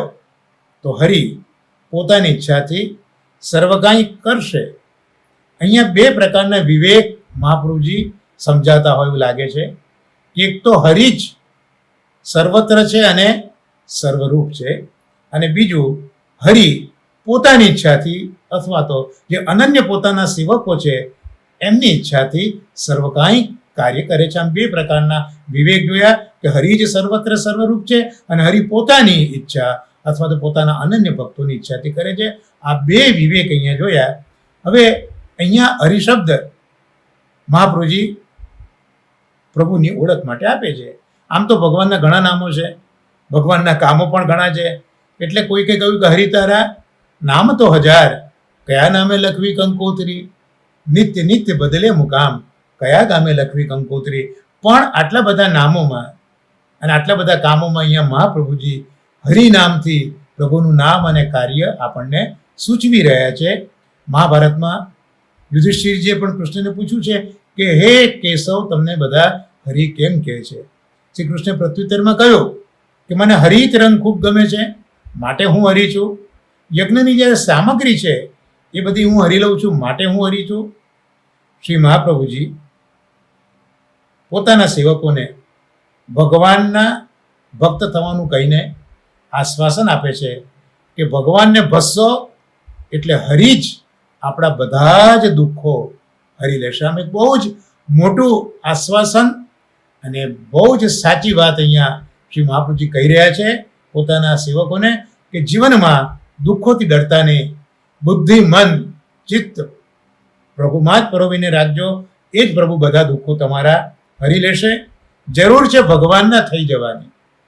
આના માટે બુદ્ધિને કેળવો અને જુઓ કે આ જગત એમાં સર્વત્ર હરી જ વિલસે છે. આ દેખાતા જડ અને ચૈતન્ય પદાર્થો એ પણ હરી જ છે. ભક્ત કવિ નરસિંહ મહેતાએ પણ કહ્યું કે અખિલ બ્રહ્માંડમાં એક તું શ્રી હરિ, જુજવે રૂપે અનંત ભાષે. સર્વત્ર પ્રભુ જ છે. શ્રુતિઓ પણ કહે છે કે સર્વમ ખલુ ઇદમ બ્રહ્મ, બધું જ બ્રહ્મ છે, બધે જ બ્રહ્મ રહેલો છે. અને વેદનું આ જ બ્રહ્મ ગીતામાં પરમાત્મા તરીકે ઓળખાયું, ભાગવતમાં ભગવાન તરીકે ઓળખાયું. તો અને વેદોએ એને સચ્ચિદાનંદ તરીકે ઓળખાયું. આ પરમ તત્વ એ જ વાસ્તવમાં સચ્ચિદાનંદ છે. પોતાના ભક્તોના દુઃખ દૂર કરવા આ જ સચ્ચિદાનંદ હરિ બને છે. શ્રીમદ ભાગવતના 8મા સ્કંદમાં ગજેન્દ્ર આખ્યાન છે અને ત્યાં જુઓ તો હાથીને મગરની પકડમાંથી પ્રભુએ જે અવતાર લઈને છોડાયો છે તે અવતાર હરિ છે. આમ હરિ પોતાના ભક્તોને, પોતાનું સ્મરણ કરનારને મુશ્કેલીમાંથી બચાવે છે, મુશ્કેલીમાંથી ઉગારે છે. માટે શ્રી મહાપ્રભુજી અહીંયા હરિ શબ્દનો પ્રયોગ કરી આપણને ખૂબ જ આશ્વાસન આપીને એક વિવેક શીખવે છે. આવા સચ્ચિદાનંદમાં સચ્ચિત અને આનંદ પરસ્પર ભણાયેલા છે. સદંશમાંથી જળ જગત બન્યું. જળ પદાર્થોમાં ચિદ અને આનંદ છે પણ અનુભવ આપતા નથી, તિરોહિત છે. એટલે હોય તો ખરા, ચિત્ત અને આનંદ હોય તો ખરા, પણ અનુભવ ન આપે. આ જળ પુરુષો, આ જળ પદાર્થોમાં પણ જ્યારે મહાપુરુષો પોતાના સામર્થ્યથી ચિદંશને આવિર્ભાવ કરવાની શક્તિ આપે ત્યારે જળ પદાર્થોમાં નહીં દેખાતું ચૈતન્ય પણ ચેતન આપતું દેખાય છે. શ્રી મહાપ્રભુજીની જેને આપણે વાત કરી રહ્યા છીએ ત્યારે મહાપ્રભુજીએ પણ આજથી લગભગ 550 વર્ષ પહેલા વ્રજમાં પધાર્યા. અહીંયા બહુલાવન કરીને એક પ્રદેશ છે. અહીંના વ્રજવાસીઓ વર્ષોથી બહુલા નામની ગાયની પથ્થરની એક મૂર્તિ બનાવીને પૂજા કરતા હતા. એની પાછળ એક સત્ય ઘટના સંકળાયેલી હતી કે હજારો વર્ષ પહેલા એક બહુલા નામની ગાય હતી. રોજ અન્ય ગાયો સાથે વનમાં ચરવા જાય, સાંજે પાછી આવે. આ ગાયને એક વાછરડી જન્મી. એકવાર સાંજે બીજી ગાયો સાથે તે પાછી ફરતી હતી, ત્યાં સિંહ આવ્યો. બીજી ગાયો ભાગી ગઈ. આ બહુલા ગાય પકડાઈ ગઈ. સિંહ એને મારવા તત્પર થયો ત્યારે બહુલા ગાયે કહ્યું સિંહને કે મારે ત્યાં મારું વાછરડું મારી રાહ જોઈ રહ્યું હશે, ભૂખે ભૂખે ટળવળતું હશે, મને એકવાર તમે છોડી દો, હું વાછરડાને દૂધ પીવડાવીને પાછી આવીશ. સિંહે વિશ્વાસ કરી ગાયને છોડી દીધી. ગાય વાછરડાને દૂધ પીવડાવી અને પાછી આવી. સિંહ ખુશ થયો. ખરેખર તો આ સિંહ રૂપે દેવતા હતા, તે પેલા ગાયની પરીક્ષા કરતા હતા. ગાયની આવી સત્યતા જોઈ અને લોકોએ આ ગાયની પૂજા શરૂ કરી. સમય જતાં આ ગાય મૃત્યુ પામી, પણ એની મૂર્તિ બનાવીને એ બહુલાવનના લોકો ગાયની પૂજા કરતા હતા. વર્ષોથી આવતો ક્રમ મહાપ્રભુજી જ્યારે બહુલાવનમાં પધાર્યા એ વખતે કોઈક મુસ્લિમ સુબાનું રાજ્ય હતું. એ બધા મૂર્તિ પૂજામાં ન માને એટલે એ લોકોએ આ બધા વ્રજવાસીઓને જે ગાયની પૂજા કરતા હતા તે કરવા ન દીધી. ત્યારે મહાપ્રભુજી પધાર્યા અને કહ્યું કે લાવો ભાઈ ગાયને લાવો, હું એનામાં ચૈતન્ય મૂકી શકું. અને મહાપ્રભુજીએ પોતાના સામર્થ્યથી એ પ્રગટ જડતાવાળી ગાયમાં જે અપ્રગટ ચૈતન્ય હતું એ પોતાના સામર્થ્યથી પ્રગટ કર્યું. અને શ્રી મહાપ્રભુજીએ એ ગાયના મૂર્તિના પૂંછડા આગળ ઘાસ અને પાણી મૂક્યું અને ગાય ફરી અને એના મુખથી પાણી પીવા લાગી અને ઘાસ ખાવા લાગી. અને એ મુસ્લિમ હાકીમે જે પાબંદી લગાવી હતી મૂર્તિ પૂજા પર તે દૂર કરી. તમે શ્રી કૃષ્ણના વેણુનાદનો જ વિચાર કરો ને કે કેટલું સામર્થ્ય હતું કે જળ હતા તે ચેતન બની જતા હતા અને ચેતન તે જળ બની જતા હતા. શ્રી મહાપ્રભુજી આપ શ્રીના સેવકોને આથી આજ્ઞા કરે છે કે સર્વત્ર અને સર્વરૂપે હરિ છે. એટલે મહાપ્રભુજીએ પોતે આ ગાયની અંદર આ બતાવી દીધું કે આ ગાય સ્વરૂપે પણ ત્યાં હરિ જ છે, પ્રભુ જ છે. દાખલા તરીકે હું આ ખુરશી પર બેઠો છું તો તે પણ મારા હરિનો સદંશ છે. વ્યવહારમાં ને વ્યવસાયમાં જેના સંપર્કમાં તું આવે, મહાપ્રભુજી કહે છે એ દરેકમાં આ જ દ્રષ્ટિ રાખજે કે એમની અંદર પ્રભુ બિરાજે છે. મમય વાંશો જીવ લોકે જીવભૂત સનાતન, અંતર્યામી સ્વરૂપે દરેક વ્યક્તિ જેના સંપર્કમાં આપણે આવીએ છીએ તેમાં પ્રભુ જ બિરાજે છે. આવી જો દ્રષ્ટિ રાખીશું તો આપણને આનંદ મળશે, તો આપણું જીવન સુંદર રહેશે. મારા સંપર્કમાં આવનાર વ્યક્તિઓ મારા તરફ ગમે તેવું વર્તન છોને કરે, ભલે મને ન ગમતું કરે, મને અન્યાય કરે, પણ વાસ્તવમાં તે બધું મારી સાપેક્ષ દ્રષ્ટિના લીધે છે. મહાપ્રભુજી આ શીખવા માંગે છે. બહુ અઘરું છે જીવનમાં ઉતારવું, પણ મહાપ્રભુજી આ બહુ જ વ્યવસ્થિત રીતે સમજાવવા માગે છે. નિરપેક્ષ દ્રષ્ટિથી તો જોવા જઈએ, જેણે ખરાબ કર્યું, અહિત કર્યું, એ આપણી સાપેક્ષ દ્રષ્ટિ છે, પણ નિરપેક્ષતાથી જોઈએ તો આ બધા જ પ્રભુના અંશ છે. તેથી એમના ગેરવર્તનથી મારે દુઃખી થવાનું કોઈ કારણ નથી. આ દ્રષ્ટિ સતત અભ્યાસથી કેળવાય છે અને તેથી જ સંઘર્ષ ઓછા થાય. એટલે ઠાકોરજીએ અર્જુનને કહ્યું હતું કે અભ્યાસ એ ન તો કહું તે મનને સ્થિર રાખવા માટેની આ જ એક સાધન છે કે અભ્યાસ કરો અને થોડો વૈરાગ્ય કેળવો. અગત્યની વાત તો એ છે કે આ જગત પ્રભુને રમવા માટેનું એક ક્રીડાંગણ છે. પ્રભુ એમાં ખેલે છે, એટલે પ્રભુ જે ખેલતા હોય એને લીલા કહેવાય. લીલા એટલે જ હર્ષપૂર્વક થતી પ્રભુની સહજ ચેષ્ટાઓ અનાયાસ થાય, એમાં કંઈ જ પ્રભુને બીજું ના હોય, માત્ર આનંદ હોય. એટલે વિશ્વમાં બનતી કે વ્યક્તિગત જીવનમાં ઘટતી ઘટનાઓ એ વાસ્તવમાં તો પ્રભુની લીલા છે. પ્રભુ આનંદ સ્વરૂપ છે એવું ઉપનિષદો અને શાસ્ત્રો કહે છે. તેથી પ્રભુ પણ આ જે કંઈ લીલાઓ કરે છે એ પણ પ્રભુની જેવ જ આનંદ સભર હોય છે. તો આ બધી ક્રીડાઓમાં આપણી બાહ્ય દ્રષ્ટિથી જે કંઈ લાગતું હોય, પણ એમાં આનંદ જ્યારે આપણે શોધીએ ત્યારે આપણે એમાં પ્રભુના દર્શન કર્યા એ આપણું જીવન વિવેક કહી શકાય. એક નાનું બાળક રમકડાથી રમે છે, બે રમકડાને ભેગા પણ કરે, બે રમકડાને દૂર ફેંકે, રમકડાને ભાગી પણ નાખે. આ બધી ઘટનામાં આપણી દ્રષ્ટિ સુખ દુઃખ શોધશે, પણ બાળક માટે તો આ ત્રણેય પ્રકારમાં માત્ર આનંદ છે. ભલે તોડે, ભલે દૂર ફેંકે, ભલે જોડે, આનંદ જ છે. બાળક પોતાની ઈચ્છાથી જેમ ખેલવું હોય તેમ ખેલશે. આમ પ્રભુ પણ પોતાની ઈચ્છાથી આ ક્રીડા જગતમાં, પોતાના ક્રીડા ભાંડમાં ખેલી રહ્યા છે. એમાં આપણને ગમે કે ન ગમે, પણ દરેકે દરેક એની એ ક્રીડામાં આપણે સુખ શોધવાનો પ્રયત્ન કરવો જોઈએ. વિશ્વમાં થતી કે આપણા જીવનમાં ઘટતી ઘટનાઓ માટે આવી વિવેક બુદ્ધિ જરૂરી છે. એવી સમજ કેળવી રહી કે પ્રભુ પોતાની ઈચ્છાથી સૌ કંઈ કરે છે, પ્રભુથી સૌ થાય છે. અમથી ન થાય કંઈ, રાયનો પર્વત કરે, પર્વત ભાગની માહી. પ્રભુ સ્વતંત્ર છે. જેટલા સ્વતંત્ર છે તેટલી એમની ઈચ્છા પણ સ્વતંત્ર છે. મહાપુરુષો કહે છે કે કદાચ ભગવાન સમજાય, પણ ભગવાનની ઈચ્છા એ તો ન જ સમજાય. આ ઈચ્છા એ ભગવાનની શક્તિ છે. ઈચ્છા શક્તિથી ભગવાન ક્યારે, ક્યાં, કેવા પ્રકારની કેટલી લીલા કરવી તે કળવું બહુ જ અશક્ય છે. આ વિશ્વની રચના પણ એક મેગા ઇન્ડસ્ટ્રી જેવી છે. એક વિશાળ ઔદ્યોગિક એકમને લઈએ, તેમાં 3 વિભાગ: પ્રોડક્શન, મેન્ટેનન્સ અને ક્વોલિટી કંટ્રોલ. પ્રોડક્શન વિભાગમાં માલ ઉત્પન્ન થાય, મેન્ટેનન્સ વિભાગમાં સમગ્ર ફેક્ટરીની કાર્યક્ષમતા અને એની સ્થિતિ બની રહે એનો ખ્યાલ કરે. પ્લાન્ટને જીવાડવાનું કામ આ વિભાગનું છે.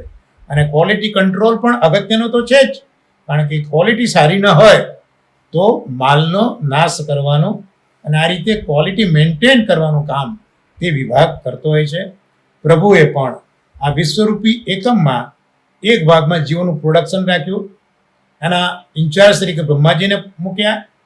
ઉત્પન્ન થયેલા જીવોનું લાલન પોષણ કરવાનું આ કાર્ય વિષ્ણુજીને સોંપીને એ મેન્ટેનન્સના ઇન્ચાર્જ બનાવ્યા. અને ક્વોલિટી જળવાઈ રહે, ડિફેક્ટિવ માલનો નાશ થાય એવા લોકોનો નાશ કરવા માટે મહાદેવજી આ કાર્ય સંભાળી રહ્યા છે.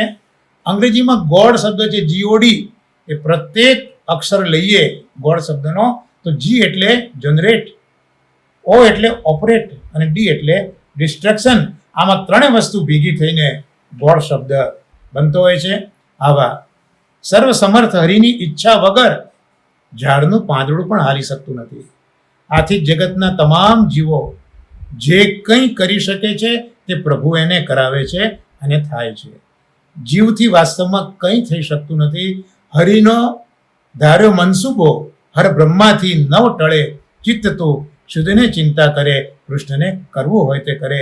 આમ દયારામભાઈ કહે છે, આથી જ્યારે કોઈ આપણી સાથે દુર્વ્યવહાર કરે ત્યારે એવો વિવેક કરીએ કે આ વ્યક્તિને હરિ જ આવી પ્રેરણા આપીને વર્તન કરાવે છે.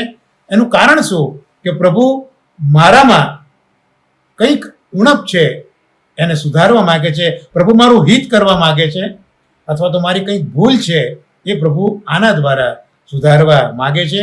મારું વધારે ઘડતર પ્રભુ આ રીતે કરવા ઈચ્છે છે. આવો ભાવ એ વખતે આવવો જોઈએ.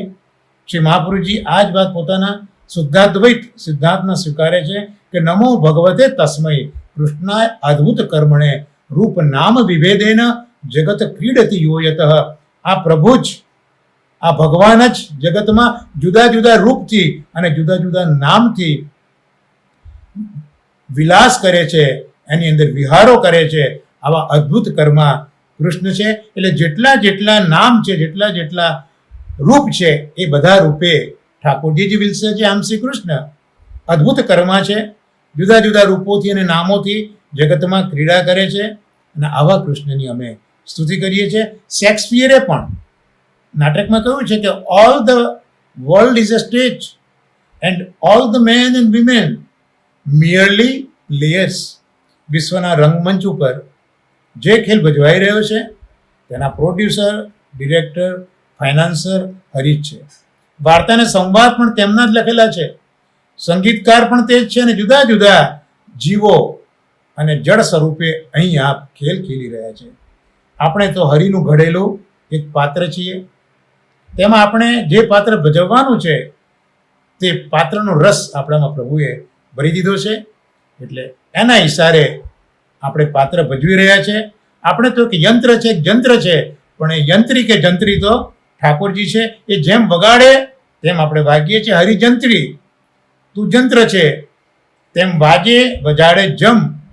કાષ્ટ પૂતળી નૃત્ય કરે સૂત્રધાર નચાવે તેમ. તો જેમ એક સૂત્રધાર કઠપૂતળીને રંગમંચ ઉપર નચાવે છે, લોકો એ નાસ્તી કઠપૂતળીને જુએ છે પણ નચાવનારને જોઈ શકતા નથી. એવી રીતે આપણને જ પ્રભુ નચાવે છે પણ પ્રભુને આપણે બધા જોઈ શકતા નથી. એટલે આપણે ખાલી ખોટો મિથ્યા તાણ એ જીવનમાં લાવવો ન જોઈએ. અને જો જીવનું જ કર્યું બધું થતું હોય તો આ જગતમાં કોઈ દુઃખી થયું ના હોત. વિચાર, જો જીવનું કર્યું હોય તો દુઃખી જગતમાં કોઈ ન થાય. રંગમંચ ઉપર એક નાટક ભજવતું હોય, એમાં એક હીરો હોય, એક સાઈડ હીરો હોય, વિલન પણ હોય, પણ બધા પોતપોતાના કિરદાર ડાયરેક્ટરની સમજ પ્રમાણે સુંદર રીતે ભજવતા હોય છે. ખરાબ કામ કરતો વિલન એ પણ હીરોની શોભા બને છે, અને સારું કામ કરતો હીરો એ વિલનની શોભા બને છે. અને આ બંને જણા નાટકની શોભા બને છે. આપણે આ નાટકને પ્રેક્ષક બની સાક્ષીવત માણીએ છીએ. વિશ્વ મંચ પર બસ આ જ રીતે પ્રભુ જુદા જુદા પાત્રોને ઘડે છે, મોકલે છે, અને પ્રભુ તેની કૃતિને માણી રહ્યો છે. સમગ્ર જગત એ ભગવત કાર્ય છે. આ વિશાળ ભગવત કાર્યમાં આપણે જે આપણો પાઠ ભજવી રહ્યા છે એ તો ભગવત કાર્યનો એક નાનો અંશ છે. આ એક વસ્તુ બહુ સમજવા જેવી છે કે આપણાથી જે કંઈ થઈ રહ્યું છે એ પ્રભુએ આપણને પ્રેર્યું છે અને આપણે એ કાર્ય કરીને ભગવાનની બહુ જ અલ્પ પ્રમાણમાં સેવા કરી રહ્યા છે. આપણી ભગવત સેવા છે. સમગ્ર વિશ્વ જ્યારે પ્રભુના ઉદરમાં હતું ત્યારે આદિમાં પણ આ પરમ તત્વ હરી જ હતા. વિશ્વને ઉત્પન્ન કરી મધ્યમાં પણ વિવિધ રૂપ અને નામથી આપ જ હરિ અહીંયા બિરાજે છે. અને અંતમાં પણ જ્યારે આ વિશ્વ પ્રભુમાં લય પામી જશે, નામરૂપ કોઈ ન રહે, ત્યારે પણ માત્ર આ હરિ જ બિરાજતા હશે. એટલે આમ આપણી બુદ્ધિને આપણે એવી ઘડીએ કે સર્વત્ર અને સર્વરૂપે અને સ્વ ઈચ્છાથી લીલા કરતો હરિ જ આપણને દેખાય, બીજું કોઈ જ ન દેખાય. કલાપી પણ કહે છે કે જ્યાં જ્યાં નજર મારી ભરી યાદી ભરી ત્યાં આપની બસ. દ્રષ્ટિ આવી બની ગઈ, ત્યાં વ્યવસાય હોય કે વ્યવહાર હોય, એમાં પછી વિસંવાદિતા સર્જાવાની પરિસ્થિતિ બહુ ઊભી થતી નથી. આટલો વિચાર કર્યા પછી શ્રી મહાપ્રભુજીએ આપણને જે બે વિવેક બતાવ્યા તેમને આપણે વાગોળી લઈએ કે એક હરિ જ વિશ્વમાં સર્વત્ર સર્વરૂપે વિલસે છે, વસે છે, અને બીજું હરિની ઈચ્છા પ્રમાણે જ બધું બને છે. એટલે જ કહ્યું કે માનવ જાણે હું કરું પણ કરતલ દૂજો કોઈ, આદર્યા અધૂરા રહ્યા મારો હરિ કરે સો. હોય શ્રી મહાપ્રભુજી જ્યારે આ વિવેકની વાત સમજાવે છે તો સાથે સાથે મહાપ્રભુજી એટલા સજાદ આચાર્ય છે કે આપણને વિવેક સમજાવીને અવિવેક પણ સમજાવે છે કે વિવેક તો તું સમજ, પણ સાથે સાથે અવિવેકનું જ્ઞાન પણ તારા બુદ્ધિમાં, તારા જીવનમાં સમજતો થા. કારણ કે આ અવિવેક છે એવું તું સમજીશ તો જ તું વિવેકનું પાલન બરોબર કરી શકીશ. તો મહાપ્રભુજી હવે અવિવેક પણ પોતાના જીવને સમજાવે છે. આ અવિવેક 3 પ્રકારના છે.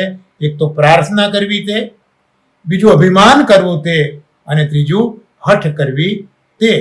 તો પ્રાર્થના, અભિમાન અને હઠ, આ 3 એ જીવનના અવિવેક છે. મહાપ્રભુજીની ઓળખ આપે છે. મહાપ્રભુજી આજ્ઞા કરે છે ગ્રંથમાં કે પ્રાર્થિત એવા તત કિમ સ્યાત સ્વામી અભિપ્રાય સંશયાત સર્વત્ર તસ્ય સર્વમ હિ સર્વ સામર્થ્યમેવ ચ. મહાપ્રભુજી આપણો સંબંધ પ્રભુ સાથે કેવો છે તે સમજાવે છે. અને સર્વત્ર બધું જ પ્રભુનું છે અને પ્રભુ સર્વ સામર્થ્ય યુક્ત હોવાથી બધું જ આપવા માટે પ્રભુ સમર્થ છે. એ અહીંયા મહાપ્રભુજી આપણને સમજાવી રહ્યા છે કે પ્રભુ જ સર્વ વસ્તુ આપણને આપવા સમર્થ છે અને એ જ સર્વત્ર છે. શ્રી મહાપ્રભુજી કહે છે કે પ્રભુ આપણા સ્વામી છે અને આપણે પ્રભુના સેવક છીએ. આમ પ્રભુ સાથેનો આપણો સંબંધ સ્વામી સેવકનો થયો. હવે આપણા લૌકિક વ્યવહારમાં પણ આપણે જોઈએ છે કે માલિક પોતાના ચાકરોનું ધ્યાન રાખે જ છે. આ હું એક આદર્શ માલિક અને ચાકરના સંબંધની વાત કરું છું. ચાકરને તે માલિક પોતાનો આશ્રિત સમજીને એનું સારી રીતે ધ્યાન રાખે જ છે. અને આથી જ જે માગ કરનારો ચાકર હોય તે પ્રાય બધાને ગમતો નથી હોતો. આપણા તો સ્વામી જ પ્રભુ છે, એ તો અલૌકિક છે. તે પોતાના સેવકને ક્યારે શું જોઈશે તેની તેમને ખબર જ છે. યોગ્ય સમયે યોગ્ય વસ્તુ પોતાના સેવકોને એ આપે જ છે. પણ ઘણીવાર આપણે ઉતાવળા થઈ જઈએ છીએ. આપણા અલૌકિક સ્વામીના અભિપ્રાયમાં આપણે સંશય કરી બેસીએ છીએ અને સંશય થાય એટલે તરત જ આપણે પ્રાર્થના કરવા લાગીએ છીએ. એટલે મહાપ્રભુજી આજ્ઞા કરે છે કે પ્રાર્થના કરવી તે અવિવેક છે. અહીંયા પ્રાર્થના એટલે સમજી લેજો કે અહીં પ્રાર્થનાનો અર્થ પ્રયત્નેન અર્થ્યતે જયાસા પ્રાર્થના. પ્રયત્નથી માગવું તેને અહીંયા પ્રાર્થના કહી. આપણા હૃદયના તાર પ્રભુ સાથે જોડતી પ્રાર્થનાની અહીંયા વાત નથી, પણ આપણા સ્વામી આપણું યોગ્ય જ કરશે તેવું આપણે સ્વીકારીએ નહીં અને માગણ બની જઈએ. તે પ્રાર્થનાની મહાપ્રભુજી અહીંયા વાત કરે છે. તે પ્રાર્થના મહાપ્રભુજીને અભિપ્રેત નથી. આપણે તો પાછા બહુ જ ચાલાક છીએ. એટલે આપણી માગણીમાં તો પ્રાય પાછી લાંચની પણ વાત આવી જાય. હનુમાનજીનો એક ભક્ત હનુમાનજીને પ્રાર્થના કરી કે મારે બહુ જ મોટો ખર્ચો લગ્નનો આવ્યો છે, મને 12 લાખ રૂપિયાની લોટરી લાગી જાય તો સારું, તો હું તમને 2 ડબ્બા તેલના ચડાવીશ. આ તો મહાપ્રભુજી એટલે તો બહુ જ બુદ્ધિશાળી છે. એટલે મહાપ્રભુજી પોતાના ભક્તને પણ શીખ આપવા માંગે છે.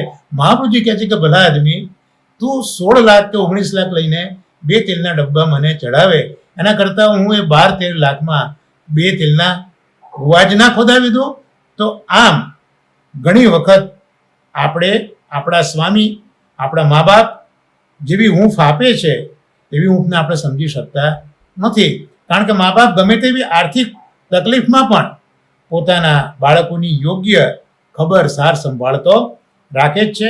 અને આમ છતાં છોકરો જ્યાં ત્યાં માગતો રહે તો મા બાપને કેવું લાગે? આપણા બધાની દશા પ્રાય પહેલા છોકરા જેવી છે. એક છોકરાને એના પિતાએ કહ્યું કે જો તું પ્રથમ નંબરે પાસ થઈશ તો હું તને સ્કૂટર અપાવીશ. આખું વર્ષ ગયું અને રિઝલ્ટ આવ્યું તો છોકરો નપાસ થયો. એટલે એના બાપાએ કીધું કે મેં તને સ્કૂટર આપવાની વાત કરી હતી, છતાં તું નપાસ થયો, તું ભણ્યો નહીં, ત્યાં આખું જીવન કર્યું શું? તો પેલો કે આખું જીવનનું સ્કૂટર જ શીખ્યો, ભણ્યો નહીં. બસ આપણા બધાની દશા પણ પ્રાય આવી જ છે કે સેવક તરીકે આપણે નિષ્ઠાપૂર્વક આપણા સ્વામીને પ્રસન્ન કરવા, જેમ પેલા છોકરાએ આખું જીવન ભણવા જેવું હતું સ્કૂટર શીખવાના બદલે, એમ આપણે પણ બીજું કંઈ જ મળવાનું છે એવી અપેક્ષા છોડીને સમગ્ર જીવન દરમિયાન આપણા સ્વામીને પ્રસન્ન રાખવાનો જ પ્રયત્ન કરવો જોઈએ. સ્વામીને તો જે કરવાનું છે તે કરતા જ રહે છે, કરી રહ્યા છે અને કરવાના જ છે. અને મહાપ્રભુજીએ આ વાત અંતઃકરણ પ્રબોધ ગ્રંથમાં પણ કહી છે કે સત્ય સંકલ્પ તો વિષ્ણુ નાન્ય ધાતુ કરી શકે. ભગવાન તો સત્ય સંકલ્પ છે. એમણે જે કહ્યું છે તે કરવાના જ છે, એ અન્યથા કરવાના નથી. અને એટલે જ આપણું કામ શું છે કે આજ્ઞૈવ કાર્ય સતતમ સ્વામી દ્રોહોન્યથા ભવેત સેવકસ્ય તુ ધર્મોયમ સ્વામી સ્વસ્ય કરિષ્યતિ. સ્વામીની આજ્ઞાનું સતત પાલન કરવું, અને તેમ જો ન કરીએ તો સ્વામીનો દ્રોહ આપણે કરી રહ્યા છે. સેવકનો ધર્મ તો આટલો જ છે કે સ્વામીની આજ્ઞાનું પાલન કરે, અને સ્વામી પોતે જ બધું જ પોતાના સેવક માટે કરશે. આટલી દ્રઢતા, નિષ્ઠા બુદ્ધિમાં અંતઃકરણમાં હોવી જોઈએ. આનું કારણ પણ મહાપ્રભુજી બતાવે છે કે આપણા સ્વામી કેવા છે, સર્વ સામર્થ્યયુક્ત છે. તેઓ સર્વ કંઈ કરવા સમર્થ છે અને સર્વત્ર બધું જ એમનું છે. આથી આપણે પ્રભુ પાસે કંઈ પણ પ્રાર્થના કરવી ન જોઈએ. કંઈક આપીને કંઈક લેવું એ તો વણિક વૃત્તિ છે. પ્રહલાદજી તો અસુર કુલમાં છે, છતાં પણ ભક્ત છે. આથી આવી ગીવ અને ટેકની વણિક વૃત્તિને સ્વીકારતા નથી. ઋષિ ભગવાન આજ્ઞા કરે છે પ્રહલાદ તું કંઈ માગ, તો પણ પ્રહલાદ ના પાડે છે કે મારે કંઈ જોઈતું નથી. તો સહજતાથી જે વસ્તુ મળે ને તેમાં આપણે આનંદ માણવો જોઈએ. માગવાથી જે વસ્તુ મળે એમાં આ મજા આવતી નથી. એટલે કબીરજીએ આ જ વસ્તુ કહ્યું કે સહજ મિલે સો દૂધ બરાબર, માગે સો મિલે પાણી, ખીંચે સે મિલે ખૂન, यह કબીર કી બાની. એટલે જે વસ્તુ સહજતાથી પ્રાપ્ત થાય એની કિંમત દૂધ જેવી, અને સહજતાથી વસ્તુ તો એ જ પ્રાપ્ત થાય જે ભગવાને આપણને આપવા માટે ઈચ્છી છે. અને માગવાથી વસ્તુ મળે તેની કિંમત પાણી જેટલી થાય. અને તમે ધમ પછાડા કરો, આડાવડા પ્રયત્ન કરો અને કંઈક મળે તો એની કિંમત કબીરજી કહે છે એની કિંમત લોહી પીવા જેવી છે. આપણા સ્વામી પ્રભુનું સામર્થ્ય છે, કરતુમ અન્યથા કરતુમ, સર્વ સમર્થ છે, ભવિતુમ અભવિતુમ અન્યથા ભવિતુમ વાળું સામર્થ્ય છે. એટલે કરવાનું કરે છે, કરવાનું ન પણ કરે, અને જે રીતે થતું હોય તેનાથી અન્ય પણ એ કરતા હોય છે. જે થવાનું છે તે થવા દે, થવાનું ન પણ થવા દે, અને જે રીતે થતું હોય તેનાથી અન્ય રીતે કરે. આ જ પ્રભુનું સામર્થ્ય. આપણે કહીએ ને પ્રભુ સામર્થ્યવાળા છે, તો સામર્થ્ય કોને કહેવાય? તો આ જ સામર્થ્ય થાય કે જે થતું હોય તે પ્રમાણે થાય, જે થતું હોય તે ન થવા દે, અને જે થતું હોય તેને કોઈ અન્ય રીતે થવા દે. આવું સામર્થ્ય આપણા પ્રભુમાં છે. એટલે લૌકિકમાં પણ બહુ માગ કરનાર ચાકરથી માલિક અપ્રસન્ન થાય. અલૌકિક સ્વામી પણ માગવાથી આથી અપ્રસન્ન થાય જ ને. કદાચ લૌકિક સ્વામી પાસે માગવું પડે પણ અલૌકિક સ્વામી તો એ જ છે કે જેની પાસે આપણે માગવું પડતું નથી. દયારામભાઈ આપણને એ જ કહે છે સ્વામી સેવકના સંબંધમાં કે પ્રભુ પાસે કંઈ ન માગીએ, માગે પસ્તાવો થાય. ઉદાસી આવે નાથને વેપાર સરખો જણાય. જણાય એવું માટે રખે જાચો, સેવો શ્રી કૃષ્ણ ધરી સ્નેહ સાચો. ગણ માગે સૌ આપે સ્વામી, નથી અજાણ્યા અંતર્યામી, સેવો શ્રી કૃષ્ણ કૃપાળ. તો આ તો અંતર્યામી છે, આપણા સ્વામી છે, બધું જાણે જ છે. પ્રભુ આપણા સ્વામી છે, અંતર્યામી છે. આથી ઘટઘટની એમને ખબર છે, રજની ખબર છે. હા, માટે માગવું નહીં. માગવા માટે પ્રાર્થના કરવી તે અવિવેક છે, પ્રાર્થના ન કરવી તે વિવેક. આમ અહીં બીજા વિવેક બતાવ્યા કે પ્રભુ આપણા સ્વામી છે અને તેમની પાસે પ્રાર્થના કરવી નહીં. આ પ્રકારનો વિવેક રાખવો કે સર્વત્ર બધું જ પ્રભુનું છે અને પ્રભુ સર્વ સામર્થ્યવાળા છે. આ બીજા બે વિવેક કયા? હું મારી વાત કરું કે ઘણીવાર મેડિકલ પ્રેક્ટિસમાં અમે અનુભવીએ કે સિરિયસ દર્દી હોય, બધી જ આશા મૂકી દીધી હોય અને બીજે દિવસે સામે ચાલીએ અને તપાસવા જઈએ ત્યારે એ દર્દી ભયમુક્ત થઈ ગયો હોય અને ઘણીવાર સારા છે એમ જાહેર કર્યું હોય, ક્ષણવારમાં મૃત્યુ પામે. બાળકના પ્રસવ માટે ઓપરેશન નિશ્ચિત હોય અને એવું કંઈ ન બને અને નોર્મલ ડિલિવર થાય. તો પ્રભુ આવું કરતું અકર્તું અન્યથા કરતું એવું સામર્થ્ય બતાવે છે. તો આ અવિવેક અને પ્રભુના સામર્થ્યની વાત કર્યા પછી મહાપ્રભુજી હવે એક બીજો વિવેક બતાવે છે કે અભિમાન કરવું જોઈએ નહીં. હવે શ્રી મહાપ્રભુજી વિવેક બતાવે છે, અવિવેક બતાવે છે. વિવેક પણ અવિવેક પણ વિવેક બતાવે છે. કયો? કે અવિવેક ન કરવો, અભિમાન ન કરવો, આ વિવેક. પણ અભિમાન કરીએ તે અવિવેક. તો એ સમજાવે છે કે અભિમાનને સારી રીતે તેજવું. અભિમાન સંત્યાજ્ય સ્વામી અધીનત્વ ભાવના. સારી રીતે એટલે વાસના સહિત અભિમાનનો ત્યાગ કરવો. અભિમાન એટલે અભિતો માન, ચારેય તરફથી માન મળે. આ માન મળેલું પચે નહીં. આનાથી ચિત્તની મોટાઈ થાય અને આ ચિત્તની મોટાઈથી આનું નામ અભિમાનને આપણે તો અંતઃકરણને શુદ્ધ કરવાનું છે. સામાન્ય રીતે પૈસા, પ્રતિષ્ઠા, વિદ્યા અને ઉચ્ચ કુલમાં જન્મ એ અભિમાન કરાવતા હોય છે. વ્યક્તિ અભિમાન કરતો હોય ત્યારે કેટલાક કારણોથી કે કેટલાક સંજોગોના લીધે એ સામેની વ્યક્તિને કે સમાજને તે સહન કરી લે. પણ ભીતરમાં તો આવી અભિમાની વ્યક્તિ કોઈને ગમતી હોતી નથી. સહન કરવું પડે તો સમાજ સહન કરી લે, પણ વાસ્તવમાં અંદરથી વ્યક્તિને કોઈ પસંદ કરતું નથી હોતું. આપણને કોઈ અભિમાની નથી ગમતો તો આપણે અભિમાન કરીએ તે કોને ગમે? અહંકાર કરનાર વ્યક્તિ જો બધાને જ ન ગમે તો પ્રભુને તો કઈ રીતે ગમે? ભાગવતના 10મ સ્કંદમાં શ્રી ગોપીજન સાથે રાસનું વર્ણન છે. ત્યાં ગોપીજનોને પરસ્પર પ્રભુ સિવાય ગમતું નથી. એટલે પ્રભુ અને ગોપીજન પરસ્પર એકબીજા વગર ગમતું નથી. કૃષ્ણ જ ગોપીજનો માટે પ્રેમાસ્પદ છે અને ગોપીજનોએ જે વિરહ કર્યો છે પ્રેમાસ્પદ પ્રભુ માટે, એના માટે કબીરજી કહે છે કે કોકે કહ્યું હશે કબીર કબીર કરીને વખાણ કર્યા હશે. ત્યારે કબીરજીએ કહ્યું કે કબીરા કબીરા ક્યાં કરે જા યમુના કે તીર, એક ગોપી કે નીર મેં બહ ગયે લાખો કબીર.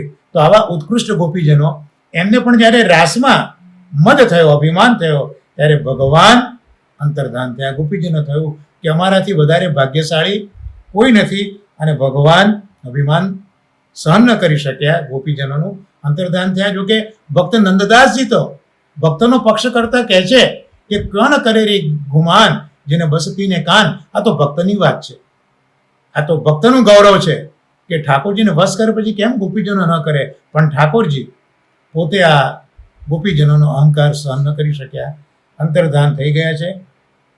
આપણે પણ કહેવત તો કહીએ છીએ કે અભિમાન રાજા રાવણનું પણ ટકતું તો નથી. તો પછી આપણે કોણ? આ હું કરું છું, આ મેં કર્યું, હું હતો તો આ બધું થયું, મારાથી જ આ ફેક્ટરી કે વ્યવસાય ચાલે છે, મારી મદદથી આ સંસ્થા ચાલે છે, કે હું છું તો જ સામાજિક સેવાના પ્રોજેક્ટો સફળ થાય છે. આવા તો અસંખ્ય પ્રસંગોએ આપણું અભિમાન ઉન્નત બની જાય છે. આપણે કહીએ છીએ કે આઈ ઇઝ ઓલવેઝ કેપિટલ. આપણે બધા માનીએ છીએ કે આઈ ઇઝ ઓલવેઝ કેપિટલ. આ કેપિટલ આઈ આપણી અને બીજાઓની વચ્ચે મોટી ખાઈ ખોદે છે. કારણ કે પહેલી એબીસીડીનો આઈ લખીએ ને, આ ઊભું પાંખ્યું અને બે આડા પાંખ્યા, તો આ બે આડા પાંખિયાથી બનેલો આ આઈ બે જણા વચ્ચે ડિસ્ટન્સ ઊભું કરે છે, એટલે ખાઈ ખોદે છે. આ જ કેપિટલ આઈને આપણે આડો પાડી દઈએ તો એ જ ખાઈ ઉપર એક બ્રિજ એ તૈયાર થઈ જાય છે. આમ જો આઈને પાડી દઈએ તો બે વ્યક્તિને મળવા માટેની એક બ્રિજની તૈયારી આઈ બતાવી દે છે. જો કે અઘરું છે, આ બધું અનુસરવું પણ અઘરું છે. શ્રી મહાપ્રભુજી તે માટે દિશા સૂચન કરે છે કે આપણે આપણા સ્વામીના અધીન છીએ, આવો વિચાર કરીએ તો અભિમાન ન થાય. અભિમાન તો સંત્યાજ્ય સ્વામી અધીનત્વ ભાવના. બસ મારા ઠાકોરજી મારા સ્વામી છે, એટલે જે કંઈ થઈ રહ્યું છે એ મારા દ્વારા થાય છે. કરનાર તો પ્રભુ છે, પણ એ મારા પ્રભુ કરે જ આવી જો સમજ આવી જાય તો આપણામાં અભિમાન નહીં આવે. કરતા કારયિતા હરિ, કરતા કારયિતા હરિ, કરનાર તો હરિ જ છે, જે આપણા સ્વામી છે. જગતના સર્વ કાર્ય તે જ કરે છે, આપણે તો તેના સાધન છે, ઇન્સ્ટ્રુમેન્ટ છે. આપણા દ્વારા એક કામ સારું થયું, સફળતા મળી, તો ખરેખર તો આપણા સ્વામીનું એ ગૌરવ છે. સારું કામ કે સફળતા તો હરિથી છે. આપણું એ સૌભાગ્ય છે કે પ્રભુ આપણને નિમિત્ત બનાવે છે.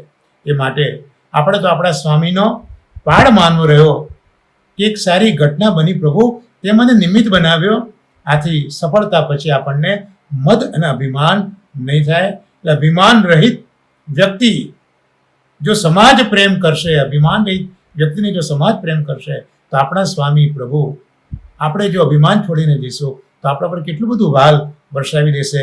નરસિંહ મહેતાએ આપણને એ જ માર્ગદર્શન આપ્યું કે હું કરું એ જ અજ્ઞાનતા, શકટનો ભાર જેમ શ્વાન તાણે. ગાડું ચાલી રહ્યું છે, નીચે કૂતરું ચાલે છે, કૂતરાને ભ્રમ છે કે ગાડાનો ભાર લઈને હું ચાલું છું, માટે ગાડું ચાલે છે. હરિ ઈચ્છે છે તે કાર્ય બધા થાય જ છે. આપણે હઈશું તો જ થશે, તે માત્ર આપણું અજ્ઞાન છે. આપણે ન હતા ત્યારે પણ સૂર્ય તો ઉગતો હતો, આથમતો હતો, ચંદ્ર ઉગતો હતો, પવન વાતો હતો, પુષ્પો ખીલતા હતા, નદીઓ વહેતી હતી અને સમાજ પણ ધબકતો જ હતો. આપણે નહીં હોઈએ તો પણ આ જ ધબકાર ચાલુ જ રહેવાનો છે. ભારત આઝાદ થયું ત્યારે આશરે 40 કરોડની વસ્તી હતી. ગાંધીજીનું બાળપણ કે શરૂઆતનું તેમનું વ્યક્તિત્વ જોઈએ તો એમ લાગે ખરું કે આ મોહનદાસ ગાંધી ભારતનો તારણહાર બની મહાત્મા બનશે. બસ આ જ આપણા સ્વામીની સ્વતંત્ર ઈચ્છા કે ધારે તેને ઉપર ઉઠાવે, ધારે તેને નીચે પણ ફેંકે. આપણા સ્વામીની આ જગતના આંગણામાં રમવાની એક રીત છે. આપણા સ્વામીના આપણે સેવક હોવાથી આપણું ચિત્ત તો સ્વામીના ચરણમાં ઝૂકતું રહેવું જોઈએ, નમ્ર બનીને રહેવું જોઈએ. નમતાથી સૌ કોઈ રીઝે, નમતાને સૌ માન. નદીઓ સાગરને ભજે, છોડી ઊંચા સ્થાન. નમ્રતા આવશે તો ચિત્તમાં અભિમાન રૂપી અવિવેક નહીં આવે. એટલે મહાપ્રભુજી આ અવિવેક અભિમાનનો બતાવીને એને કેમ દૂર કરવો તે પણ મહાપ્રભુજી આપણને બતાવ્યું. નમ્યા તે પ્રભુને ગમ્યા. આમ હું તો મારા સ્વામીના આધીન છું તેમ જાણીને અભિમાન ત્યજવું જોઈએ. અને પછી એક અવિવેક બતાવ્યો, હઠસ્ત્યાજ્યસ્તુ સર્વથા. પોતાના મનમાં પોતાની હઠ કોને કહેવાય? પોતાની મનમાની કરવી, તેનું નામ હઠ. આપણા મનને ગમ્યું એટલે પકડી જ રાખવું, તેમાં પછી યોગ્ય છે કે નહીં તેનો વિચાર ન કરવો, આનું નામ હઠ. આપણી કહેવતમાં કહ્યું કે પૂંછડું ઝાલ્યું એટલે ઝાલ્યું. આમ સારા નરસા કે યોગ્ય અયોગ્ય વિચાર કર્યા વગર આપણને ગમ્યું એટલે છોડવું જ નહીં, તેનું નામ હઠ. આપણે બીજા પાસેથી કે બીજાને આપણી નજીકથી જે હટાવે તેનું નામ હઠ. ઘણીવાર હઠના મૂળમાં આ અભિમાન જ ડોકાતું હોય છે. આપણે આપણી લાયકાત પ્રમાણે આપણા અધિકારને જાણવું જ જોઈએ અને તેના આધારે કંઈ પણ કાર્ય આપણે કરવું જોઈએ.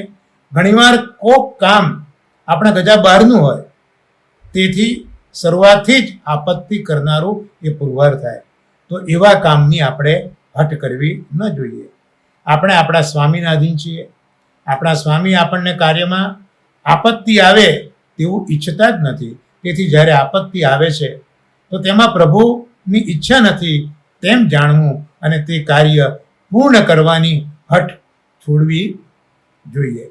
રોજ દાખલા તરીકે રોજ સ્નાનનો ક્રમ છે, રોજ મારે સ્નાન કરવું જોઈએ, પણ મેલેરિયા થયો, ઢાળિયો તાવ આવ્યો, હવે સ્નાન કરીશું તો ઠંડી વધારે લાગશે, તો એ દિવસે સ્નાન ન કરવું જોઈએ. હઠ લઈને સ્નાન કરીશું તો તબિયત આપણી વધારે બગડશે. આમ યોગ્ય જગ્યાએ બુદ્ધિપૂર્વક પ્રભુને સમર્પિત બુદ્ધિથી આપણે હઠનો ત્યાગ કરવો જોઈએ. બીજું ઉદાહરણ લઈએ કે મારી ચાલવાની ગતિ જ 5 કિલોમીટરની છે કલાકે, હવે હું વધારે ઝડપ કરું તો થોડી વારમાં હું થાકી જઈશ. એટલે આ બધું ક્યારે દૂર થાય, હઠ ક્યારે છૂટે? તો પ્રભુને આધીન થઈ જવું. પ્રભુને આધીન થઈ જઈએ, પ્રભુ જેટલું કરાવવા માગે જેટલું કરાવે સહજતાથી, તો આપણે હઠ નહીં કરીએ. અને આપણી હઠ ન માત્ર આપણને પણ આપણી સાથે સંકળાયેલા બધાને દુઃખી કરે છે. અને દરેકની અંદર મૂળ તો પ્રભુ રહ્યા છે, તો આપણી હઠ કોઈને દુઃખી કરે તો હકીકતમાં આપણે પ્રભુને પણ દુઃખી કરીએ જ છે. કોકે કહ્યું છે કે આકાશના ગ્રહો આપણને નળે ચકની બાજુ રાખીએ, પણ આપણી હઠથી થતો અઠાગ્રહ, દુરાગ્રહ, પૂર્વાગ્રહ એ જ આપણને નડતો હોય છે. એટલે પોતાની શક્તિને સમજવી કોઈ પણ કાર્ય વખતે, જેથી આપણે હઠ ન કરીએ. એ વિચારે પ્રભુ પાસે સરસ વાત એક વિચારે કે માગી છે. આપણે હઠ ન કરવી જોઈએ. પ્રભુ પાસે આપણી ક્ષમતાની માગણી કરી કે O God, grant me serenity to accept the things I can change, courage to change the things I can, and wisdom to know the difference. O God, grant me serenity to accept the things I cannot change, courage to change the things I can, and wisdom to know the difference. એ પ્રભુ મને એવું serenity, એવું ગાંભીર્ય આપો કે જે વસ્તુઓમાં હું પરિવર્તન નથી કરી શકતો તે હું સ્વીકારી લઉં. જે વસ્તુનું પરિવર્તન કરી શકું છું તેના માટે તમે મને હિંમત આપો. અને આ બંનેનો તફાવત કે કયું મારાથી થઈ શકે એમ છે, કયું નથી થઈ શકે એવું, આ બંને વચ્ચે સમજવાનું ડાપણ, વિઝડમ એ પ્રભુ તમે મને આપો. આમ હઠ ન કરવી તે પણ એક વિવેક છે, અને હઠ કરવી તે અવિવેક છે. આ ઉપરાંત શ્રી મહાપ્રભુજી આજ્ઞા કરે છે કે પ્રભુ ઘણીવાર અંતઃકરણ દ્વારા કંઈક કરવાની આજ્ઞા કરે છે. આપણી ભાષામાં આજકાલ આપણે એને આત્માનો અવાજ કહીએ છીએ, પણ ખરો વિવેક તો એ છે કે આ અંદરની આજ્ઞાથી તેનો હેતુ આપણે સમજવો જોઈએ. પ્રભુ ઘણી વખત પરીક્ષા કરવા માટે પણ આવી આજ્ઞા કરે, પણ એ આજ્ઞાની પાછળ જો આપણો હેતુ હોય, આપણો લાભ હોય, એમાંથી આપણું અભિમાન થતું હોય, તો આપણે એ વસ્તુ માટે વિચાર કરવો જોઈએ.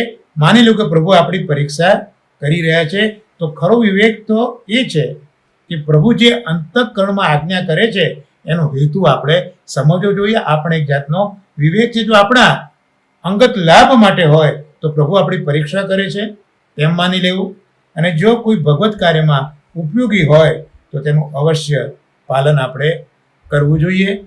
અત્યારે પ્રાય ઘણાને સમાજ સેવા કરવાની બહુ જ ઈચ્છા હોય છે. સમાજ સેવા સારી છે. હું પણ સમાજ સેવા કરતી સંસ્થા સાથે જોડાયો છું, સંકળાયો છું, પણ આટલા વર્ષોનું મારું લગભગ તારણ એવું છે, હું જનરલાઇઝ કોઈ સ્ટેટમેન્ટ કરવા નથી માગતો, પણ ઓવરઓલ સમાજમાં આ સામાજિક કાર્યોમાં મારું એવું પોતાનું ઓબ્ઝર્વેશન છે. હું ખોટો હોઈ શકું કે કોઈનું દુઃખ પહોંચાડવા નથી માગતો, પણ મારું ઓબ્ઝર્વેશન એવું છે કે છેવટે તો આ બધામાં પણ રાગ અને દ્વેષ અને માન અને અપમાનનો જ સવાલ આવતો હોય છે. અભિમાન અને હઠ પણ આમાં ફૂંફાડા મારતા દેખાય છે. આપણો અનુભવ કોકવાર એવો તો હશે જ કે અમુક વખત આપણું અંતઃકરણ જ આપણને કંઈક ભગવત કાર્ય કરવા પ્રેરતું હોય. આવા કાર્યોથી આપણે પ્રસન્નતા અનુભવીશું. એ વખતે આપણી પ્રસિદ્ધિ માટેની અભિમાનની અને હઠની વૃત્તિઓ પણ દૂર થઈ જશે. આ એક વ્યક્તિગત અનુભૂતિ છે. અને અંતમાં એક સરસ વિવેકનું દિગ્દર્શન શ્રી મહાપ્રભુજી કરે છે કે કોઈ પણ કાર્ય શરૂ કરતા પહેલા તેમાં કેટલો ધર્મ છે અને કેટલો અધર્મ છે એનું દર્શન આપણે કરવું જોઈએ. ધર્મ અગ્રમાં ધર્મ અધર્મ દર્શનમ. આ પણ વિવેક મહાપ્રભુજી શીખવે છે કે કોઈ પણ કાર્ય આપણે કરીએ તો એ ધર્મ સુસંગત છે કે અધર્મ સુસંગત છે એનો વિચાર એટલે ધર્મ અને અધર્મનો વિચાર કોઈ પણ કાર્ય કર્યા પહેલા આપણે કરવું જોઈએ. આ વિવેક પણ મહાપ્રભુજી શીખવે છે. દુર્યોધને તો મહાભારતમાં કહેલું કબૂલ કર્યું છે કે જાનામી ધર્મમ ન ચ મે પ્રવૃત્તિ, જાનામી અધર્મમ ન ચ મે નિવૃત્તિ. તો ધર્મ શું છે એ હું જાણું છું, પણ તેની પ્રવૃત્તિ હું કરતો નથી. અધર્મ શું છે પણ જાણું છું, અને નિવૃત્તિ હું કરી શકતો નથી. દુર્યોધનમાં તો એ દુર્યોધન છે, છતાં પણ આટલું સ્વીકારવાની શક્તિ છે. આપણે રિટ્રોસ્પેક્ટિવલી આપણી તરફ જોવું જોઈએ કે પ્રભુ આપણને આવી શક્તિ આપે છે ખરા. તો આપણે અહીંયા વિચારો સારા રાખવાના છે, અને આપણા ક્ષુલ્લક લાભ માટે સમાજને કેટલું મોટું નુકસાન થઈ રહ્યું છે એનો વિચાર, જે ધર્મ અધર્મનું અગ્રદર્શન મહાપ્રભુજી વિવેકમાં સમજાવે છે તે આ જ છે કે આપણા ક્ષુલ્લક લાભ માટે આપણે સમાજના મોટા વર્ગને કંઈક નુકસાન તો નથી કરી રહ્યા ને. તો એવી પ્રવૃત્તિ તો આપણી નથી ને. પણ છતાં એ યાદ રાખવું કે નિશાન ચૂક માપ, નહીં માપ નીચું નિશાન. તો આ ધર્મ અને અધર્મનું માર્ગદર્શન રાખવું તે પણ વિવેક છે. તો આપણે આટલા સત્સંગની અંદર જીવન અને વિવેકને સમજતા મહાપ્રભુજી જે વિવેક બતાવ્યા તે આપણે જોઈ લઈએ કે શ્રી હરિ જ સર્વત્ર છે, હરિ જ સર્વ કંઈ થાય છે, પહેલો વિવેક. શ્રી હરિ સ્વ ઈચ્છાથી સર્વ કરે છે, બીજો વિવેક. શ્રી હરિ સાથે આપણો સંબંધ સ્વામી સેવકનો છે તે જાણીને પ્રાર્થના કરવી નહીં, કારણ આપણા સ્વામી સામર્થ્યયુક્ત છે, આ ત્રીજો વિવેક. અભિમાનનો ત્યાગ કરવો, આ ચોથો વિવેક. ભગવત કાર્ય સંબંધી વિશેષ આજ્ઞાનું પાલન કરવું, પણ એમાં આપણી પરીક્ષા નથી એનો ખ્યાલ રાખવો, આ પાંચમો વિવેક. હઠ છોડી દેવી, આ છઠ્ઠો વિવેક. અને દરેક કાર્યમાં ધર્મ અધર્મનું દર્શન પહેલા કરી લેવું, આ સાતમો વિવેક. તો આટલા વિવેક જીવનમાં બહુ જરૂરી છે. તો જીવનને વૃંદાવન મધુવન બનાવવું હશે, જીવનના કેન્દ્રમાં કૃષ્ણ રાખવું હશે, તો મહાપ્રભુજી બતાવેલો વિવેક કેવો ઉપયોગી છે તે આજે આપણે આ સત્સંગમાં જોયું. હવે અનુકૂળ થાય આપણે જીવન અને ધૈર્ય, અને કોક વખત પછી જીવન અને આશ્રય એ મહાપ્રભુજી જેમ પ્રેરણા કરશું તેમ કરાઈશું. તો આજે આ જે દિવસ હું સત્સંગ કરી રહ્યો છું તે નૃષિ જયંતિ, નૃષિ ચતુર્દશીનો જયંતિ છે. અને નૃષિ જયંતિ યાદ કરતા પ્રહલાદજી આવે યાદ. તો પ્રહલાદજી મારી દ્રષ્ટિએ, હું શાસ્ત્રીજીના શબ્દોમાં કહું તો પ્રહલાદજી જેવો સાચો સત્યાગ્રહી ભારતમાં પહેલો કોઈ થયું નથી, અને આજે પણ નથી. શા માટે પ્રહલાદજી સત્યાગ્રહી છે? કારણ કે એ વખતે સલ્તનત એના બાપ એની સામે હતા.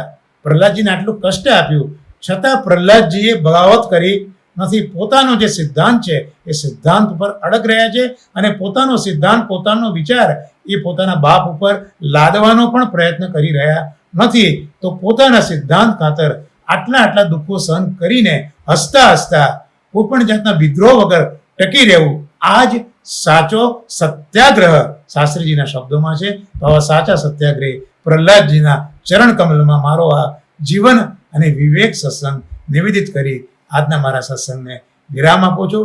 સર્વે વૈષ્ણવને મારા જય શ્રી કૃષ્ણ. શ્રી વલ્લભાધીશ કી જય.